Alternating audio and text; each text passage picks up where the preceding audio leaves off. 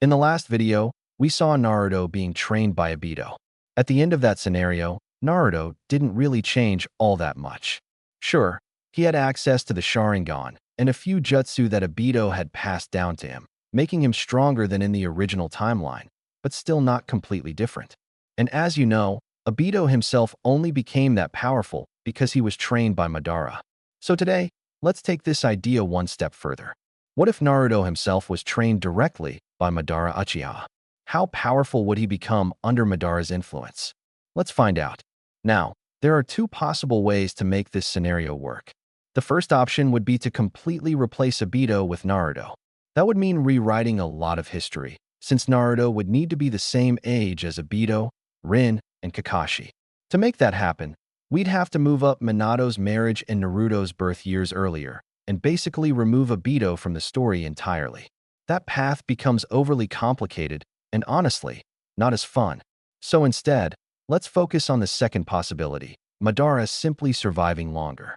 Instead of dying before ever meeting Naruto, Madara lives on past the night of Naruto's birth and directly takes him under his wing. After all, Madara never actually needed Obito in the first place. What he needed was someone loyal, someone he could manipulate, and someone special enough to become his heir. And what better candidate than a newborn child? One with a special lineage and immense potential. A child he could raise himself, shaping his morals, values, and destiny from the ground up. And in this version of the story, Madara finds exactly that. It happens on the night of Naruto's birth. Kurama, the Nine-Tails, is rampaging through the Hidden Leaf, just like in the original story. Minato, the fourth Hokage, arrives to confront the beast. He puts up a valiant fight, but ultimately can't win. Just before his death, Minato splits Kurama's chakra, sealing half within himself and half inside his infant son, Naruto. Both Minato and Kushina perish that night. But unlike the original timeline, this time Madara steps in. He sees in Naruto the perfect vessel, the perfect heir. With Minato and Kushina dead, Madara seizes the child and leaves the battlefield. The third Hokage and the other Leaf Elders attempt to stop him, but they are powerless. Madara may be old, but he's not alone. Zetsu accompanies him, ensuring no one can interfere. Remember, at this stage Madara is nearing the end of his natural life. He's frail, aged, and close to death. But with Zetsu's help, he manages to escape with Naruto. And so begins an entirely different future. Fast forward 3 years. Naruto is no longer just a toddler. Under Madara's direct supervision, he has already started training. From the very day Madara took him, he has been molding him mentally, instilling in him a twisted worldview. At just 3 years old, Naruto is nothing like a normal child. He doesn't know love, he doesn't know kindness. Raised by Madara, he understands only loyalty, obedience, and power. By the time Naruto begins physical training, he already thinks and acts like a hardened warrior. Madara trains him mercilessly. Compassion and mercy are erased from his vocabulary. Relationships mean nothing to him. Killing becomes second nature. Power is all that matters. Madara teaches Naruto everything he knows. The Uchiha combat style, fire-style jutsu, ninjutsu of all kinds. But more importantly, Madara gifts him something Obito never had at this age, the Rinnegan. With the Rinnegan, Naruto's potential skyrockets. Combined with his natural Uzumaki stamina and immense chakra reserves, he becomes something terrifying, something far beyond what a 7-year-old should ever be. Over the next few years, Naruto continues his brutal training. Madara ensures that he can perfectly control his chakra, master his jutsu, and wield the Rinnegan effectively. Finally, there is only one test left, taming the Nine-Tails. Madara orders Naruto to defeat Kurama within himself and take control of the beast's power. And incredibly, Naruto succeeds. By the age of 7, we now have the most powerful shinobi alive. Naruto, trained by Madara Uchiha. He has the Rinnegan, the Nine-Tails, Madara's combat skills, the Uchiha fire-style techniques, and the bottomless chakra of an Uzumaki. He is, in essence, everything Madara ever wanted to be, but born into a new generation. Before his death, Madara even passes down his legendary war fan, giving Naruto not just the powers of a god, but the weapon of one as well. At this point, Naruto is not a hero, not a savior. He is the perfect villain, created and molded by Madara. And from here, the shinobi world will never be the same. Now that Madara is gone, his legacy lives on through Naruto, a cold, calculating prodigy who sees the world only through the lens of strength and domination. By the age of 7, Naruto has surpassed every living shinobi. The problem is, no one in the Leaf knows where he is. To them, he simply vanished the night of the Nine-Tails attack. For years, Kakashi blames himself. Minato had entrusted him with the safety of his son, and Kakashi failed. Once again, just like with Obito and Rin, he couldn't protect the ones who mattered most. These memories haunt him, shaping his personality into something even colder. He becomes distant, guilt-ridden, and far more ruthless than the Kakashi we know.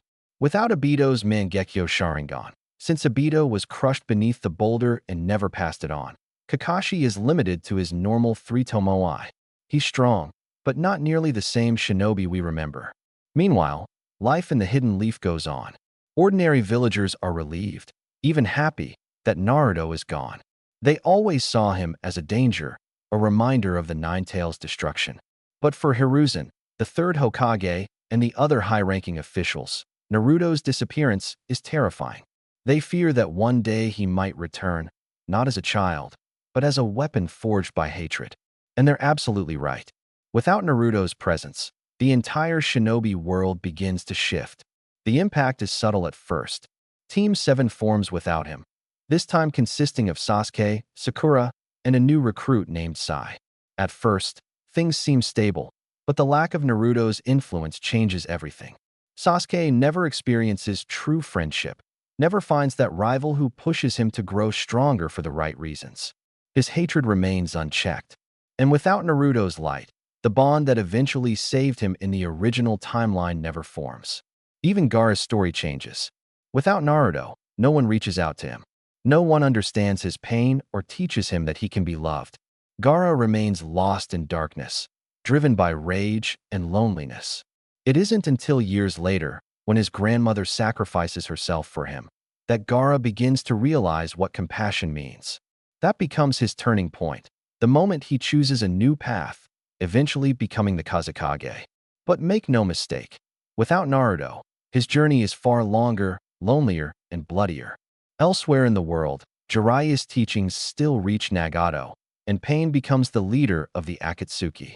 But under Naruto's dark influence, things change drastically.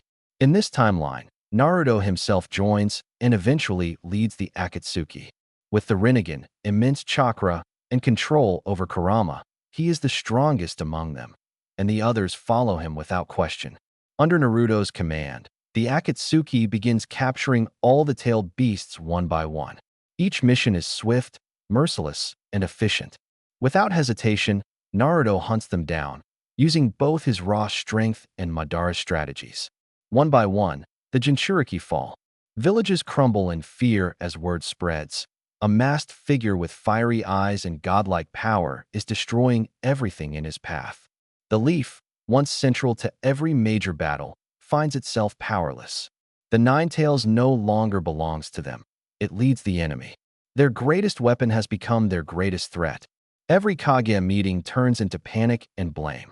Nations begin forming uneasy alliances, realizing that this new version of Naruto is not someone they can face alone. In the meantime, within the Akatsuki, Naruto keeps a close eye on Sasuke. He sees potential in him, the same potential Madara once saw in him. After Itachi's death, Sasuke's anger consumes him completely. In this world, it is Naruto, not Tobi, who approaches Sasuke afterward. He offers him a choice: join him or be destroyed. Sasuke refuses at first, driven by pride. But Naruto's power is overwhelming. In a brutal confrontation, Sasuke realizes he cannot win. Reluctantly, he agrees to follow Naruto, though deep down, he plans to one day challenge him again. With Sasuke now among the Akatsuki, Naruto's forces grow stronger than ever. He manipulates every member, Pain, Kisame, Deidara, and the rest, bending their goals to serve his vision. His ultimate objective is not peace, but dominance. He believes the world can only be united under absolute control, his control. But there's still one thing standing in his way: the remaining tailed beasts, and the great ninja nations that protect them. Naruto intends to collect them all, harnessing their chakra to become something far beyond human. His vision is no longer Madara's dream of illusionary peace. It's complete, unchallenged supremacy. And so, the world prepares for war. Every Kage, every village, every surviving shinobi begins to unite. For the first time in decades, the great nations stand together, not against each other, but against a single godlike enemy. The stage is set for a battle unlike any before. Rengoku's laugh still burns bright in Tanjiro's memory, loud, fearless, alive. But in this life, that fire will not fade. The Mugen train feels familiar, the scent of steel, the humming rails, the quiet before chaos. Zenitsu snores softly, Inosuke challenges a seat cushion, and Nezuko peeks curiously from her box. Tanjiro smiles. For a moment, everything feels peaceful, but he knows what's coming. Enyu's presence slithers across the train like a shadow. The demon dreams of despair, but Tanjiro doesn't wait for the nightmare. As soon as Enyu appears, Tanjiro draws his sword, sun breathing blazing like dawn. The demon barely understands what's happening before his head is gone. For a heartbeat, Tanjiro thinks he's won. Then, the ground trembles. Enyu fuses with the train, twisting steel and screams. Everyone, protect the passengers. Tanjiro and Rengoku move as one.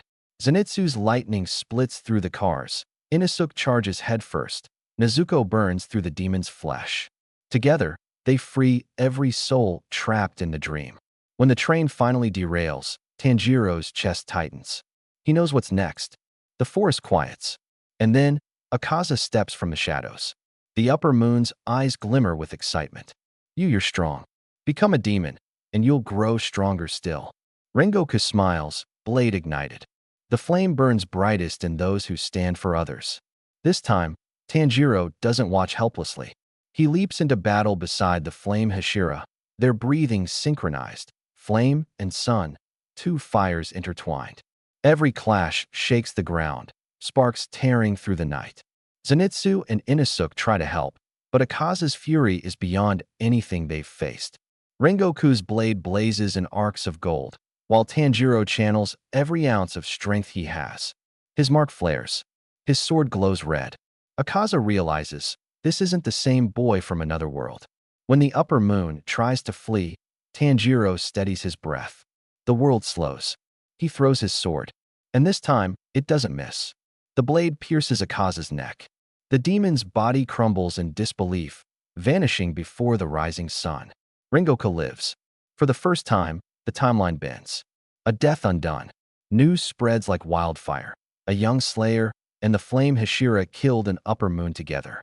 The core celebrates, hope rekindled. Kagaya himself calls Tanjiro the son of light. But hope has a cost. Muzan feels the disturbance. The boy who was supposed to fail has begun rewriting fate. Soon after, Tanjiro and his friends join Tenjin Uzui in the entertainment district. With his knowledge of the future, Tanjiro leads them straight to Daki and Jotaro. The battle is brutal, but swift. Nezuko's flames purify the poisoned air. Tanjiro's sun breathing melts Jotaro's threads. When dawn comes, all the slayers live, and Tenjin keeps his arm. Rengoku and Uzui, both alive. Two futures saved. Kagaya gathers the Hashira. For the first time, they all look not to the past, but to the boy standing among them. He grants Tanjiro the title of Son Hashira. Tanjiro accepts, not with pride, but with a quiet vow. No more graves. Sun the new dawn. The swordsmith village plays out differently too. Tanjiro meets Michiro earlier, guiding him toward unlocking his mark. When the demons attack, Tanjiro doesn't hesitate. He finds Hantengu's true body immediately, slicing through it before it can split again. Mitsuri arrives only to see victory, not blood. And when Nezuko steps into the sunlight, she doesn't burn. Tanjiro falls to his knees, tears mixing with laughter. The curse is broken, but Muzan feels it, the fear. The walls of destiny closing in. He knows now, Tanjiro Kamado is no longer just a boy. He's the balance that can end him. Japanese castle, the Infinity Castle. Night falls. The air shatters. Muzan strikes first. Kagaya's mansion explodes in light and fire. Yet even this sacrifice unfolds differently. Kagaya's plan works. The Infinity Castle opens, and this time, the Hashira are ready. All of them. Rengoku and Yuzui join Ju, Sanemi, Mitsuri, Michiro, Abanai. Even Zenitsu and Inosuke fight beside them. Tanjiro leads, eyes burning with purpose. They split across the endless halls. Shinobu still faces Doma, but this time, help arrives sooner. Tanjiro and Inosuke cut through Doma's defense, and the demon finally crumbles without claiming another Hashira's life. Kokishibo's laughter echoes across the castle, but when 6 Hashira descend upon him, flames, wind, mist, love, serpent, and sun, the ancient monster finally falls. For a moment, even he smiles. Yorichi, you found your successor. And then, silence. One by one, the upper moons fall. Now, only Muzan remains. Sunrise, the last sunrise. The final battle rages through collapsing walls of blood and flesh. Muzan moves like thunder. His strikes tear through air, earth, bone. Every slayer bleeds, but none fall. Rengoku loses an arm, Abanai a leg, Sanemi nearly his life, yet none give in. They fight in rhythm, their breaths one. Tanjiro's sword burns brighter than ever. Each slash recalls a memory, Sabito's words, Nezuko's smile, Rengoku's fire. Muzan sneers, desperate. How do you know my moves? Tanjiro answers quietly. Because I've lived this before. As dawn creeps across the horizon, the Hashira clear a path. Tanjiro charges, his blade glowing crimson. He calls upon the full dance of the sun, 12 forms in one unbroken motion. Muzan screams as light floods the castle. He tries to escape, but Tanjiro's strike severs him from his fate. The first demon burns beneath the rising sun. No reincarnation, no curse, just peace. For the first time in 2 lifetimes, Tanjiro breathes, not for battle, but for life.